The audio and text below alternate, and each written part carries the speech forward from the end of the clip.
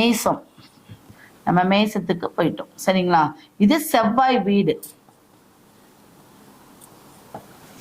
இப்ப இந்த செவ்வாய் வீடு அப்படின்னா என்ன அப்படின்னா, ஆற்றல் அதிகம் உள்ள, சீற்றம் அதிகம் உள்ள ஒரு இடம்.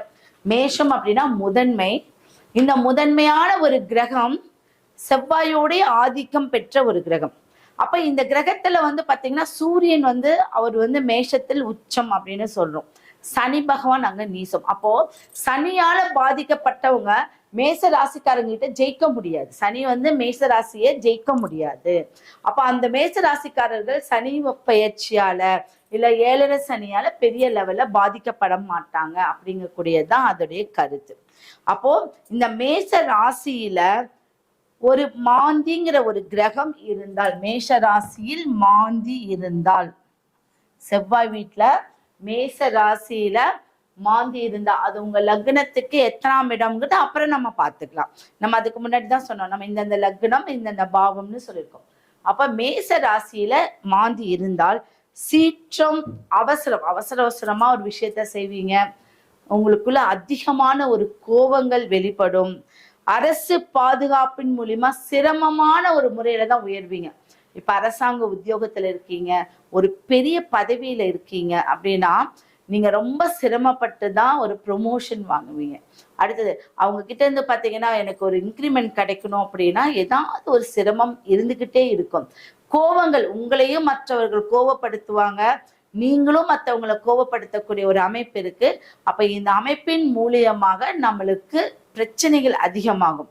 அப்ப இந்த பிரச்சனைகள் அதிகமாகும் போது என்ன அப்படின்னா நம்ம யார்கிட்டயும் சரியான முறையில பேசவே மாட்டோம். அப்ப இந்த மேஷத்தில் மாந்தி இருந்தால் சீற்றம் இருக்கும், ஒரு விஷயத்துல அவசரம் இருக்கும், பாதுகாப்பான துறையில சிறப்பு இப்ப சிறப்பா ஒரு வேலை செய்யறோம் அப்படின்னா அது சிரமமான ஒரு முறையில தான் நீங்க உயர்வை நம்ம பெற முடியும். இதெல்லாமே அந்த மேஷத்தில் மாந்தி இருந்தால்.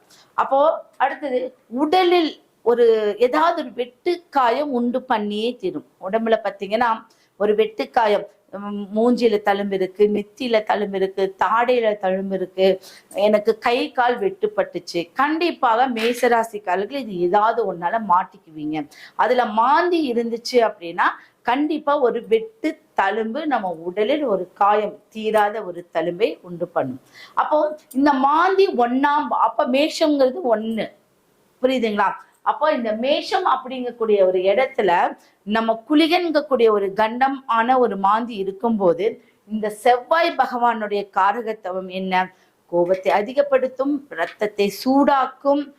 ஆனா மற்ற விஷயங்கள்ல ஒரு உத்தியோகம் இருக்கு அப்படின்னா உயர்வு கொடுக்கறதுக்கு லேட் ஆகும், ஆனா உயர்வை கொடுத்து விடும்.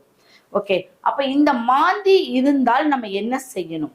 மெயினான ஃபர்ஸ்ட் விஷயம் என்ன செய்யணும் அப்படின்னா முருகன் வழிபாடு ரொம்ப முக்கியமான விஷயம். முருகனுடைய வழிபாடு. அடுத்தது வந்து செவ்வாய்க்கிழமையில சிகப்பு பூ, அது சிகப்பு வந்து பாத்தீங்கன்னா செம்பருத்தி இல்ல அரளி, ஒரு சிகப்பு கலந்த, செவ்வாய் பகவான் என்பது சிகப்பு. அப்போ முருகன் வழிபாடு ரொம்ப முக்கியமான விஷயம். அடுத்தது செவ்வரளி பூவும் சிகப்பு பூ கலந்த ஒரு பூ அர்ச்சனை நீங்க பண்ணணும். இது வந்து காமனான ஒரு விஷயம். நம்ம இந்த மாந்தி தோஷத்துக்கு அடுத்த ஒரு சூட்சமம் அப்படின்னு பாத்தீங்கன்னா சூரியன் அப்படின்னா கோதுமை அப்படிங்கக்கூடிய ஒரு தானியம். அப்ப இந்த கோதுமை மேஷத்தில் மாந்தி இருந்தால் நீங்க என்ன பண்ணணும் அப்படின்னா அஸ்வினி நட்சத்திரம் எந்த நாள்ல வருது அப்படின்னு பாத்துக்கோங்க. அஸ்வினி நட்சத்திரம் எந்த நாளில் வருது அந்த நாளில் 1 கிலோ கோதுமை எடுத்துக்கோங்க. சூரியனுக்கு நம்ம வந்து பரிகாரமாக சூரியனுக்கு தான் நம்ம பரிகாரம் பண்றோம்.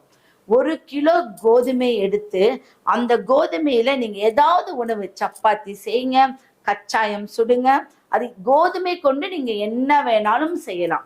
அப்போ இந்த கோதுமை அது 1 கிலோ போதும். சப்பாத்தி இல்ல கச்சாயம், நீங்க எந்த இனிப்பாக இருந்தாலும் சரி, இதைய வந்து என்ன பண்ணணும், நல்லெண்ணெய் லைட்டா நல்லெண்ணெய் தடவணும். நீங்க ஒரு நெய் போட்டு பண்ணினாலும் பிரச்சனை இல்லை, கொஞ்சமாவது நல்லெண்ணெயும் ஊற்ற வேண்டும். அப்போ இந்த கோதுமை என்பது சூரியனுக்கும், நல்லெண்ணெய் என்பது சனி பகவானுக்கும். அப்ப இந்த பிரசாதத்தை அங்க இருக்கக்கூடிய மக்கள், இப்ப நம்ம வந்து எல்லாரும் வந்து பச்சை பயிறு பொங்கல் எல்லாம் கொடுப்போம். ஆனா நீங்க என்ன பண்ணுங்கன்னா, இந்த கோதுமை தானம் செய்து வந்தால் கண்டிப்பாக உங்களுடைய மேஷத்துல இருக்கக்கூடிய மாந்தி தோஷம் நிவர்த்தி ஆயிடும். அடுத்தது, அந்த 1 கிலோ எவ்வளவு மாசம் செய்யணும் அப்படின்னா 6 மாதம். 6 மாதம் இந்த கோதுமை தானம் செய்யணும். அந்த நட்சத்திரத்துல நீங்க கோயில நீங்க செஞ்சுட்டு வந்துட்டு யாருக்காவது 1 கிலோ கோதுமையை பக்கத்து வீட்டுக்கு இல்ல யாராவது வருவாங்க அவங்களுக்கும் நீங்க தாராளமா கொடுக்கலாம். அப்ப இந்த 6 மாத காலம் தொடர்ந்து இந்த நட்சத்திர நாள், அஸ்வினி நட்சத்திர நாள்ல நீங்க இந்த பிரசாதத்தை சூரியனுக்காக பரிகாரம் செய்யும் போது அங்க எந்த மாந்தி தோஷமும் நிக்காது. சூரியன் தான் பலம் பெறும். சூரியன் பலம் பெற்றால் செவ்வாயும் பலம் பெறும்.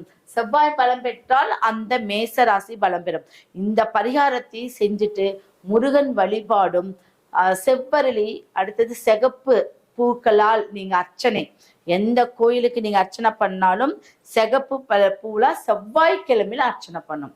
இந்த 3 ஒன்னா சேர்ந்து நீங்க செஞ்சுட்டு வந்தா இந்த மேசத்தில் இருக்கக்கூடிய மாந்தி தோஷம் கண்டிப்பாக உங்களை எந்த தொந்தரவும் செய்யாது.